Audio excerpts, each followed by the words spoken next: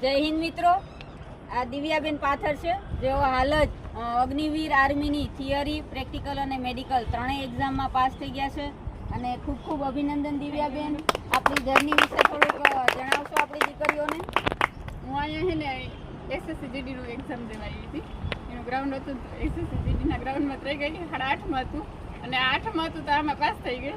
પછી 8મા મહિનામાં એક્ઝામ હતી, એક્ઝામ પાસ થઈ ગઈ. પછી આનું પહેલાં રનિંગ હતું ઔરંગાબાદ, તો રનિંગ થઈ ગયું. પછી પુણે મેડિકલ હતું, તો ત્યાંથી પુણે ગયા મેડિકલ. 2 દિવસ પછી હતું, પાછું રીમેડિકલ આવ્યું.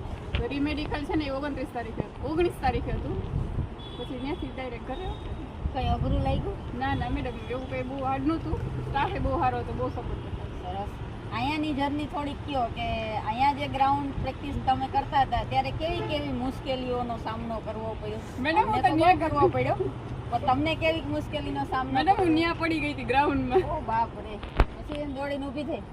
મેં કીધું આ દુખાવો ચાલુ થાય ને તો ગ્રાઉન્ડ પૂરું થઈ જાય. ઓહો, વેરી ગુડ. પડીને ઊભું થવું એ પણ ઇમ્પોર્ટન્ટ છે, કેમ કે એક વખત પડ્યા, તમે ઘા ખાધો એટલે તમારા શરીર આખામાં ધ્રુજારી આવે છે, મગજ કામ કરવાનું બંધ કરી દે.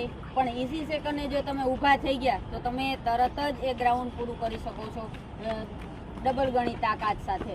ખૂબ ખૂબ અભિનંદન. આપ દેશ સેવામાં જોડાશો. અમને ખૂબ ગર્વ છે આપણી એકેડમી તરફથી કે આપણી દીકરી જે છે એ ફરી દેશ સેવામાં એક જોડાશે. આમાં અમારા લાઈનમાં એક વધારે લાઈન જોડાણી.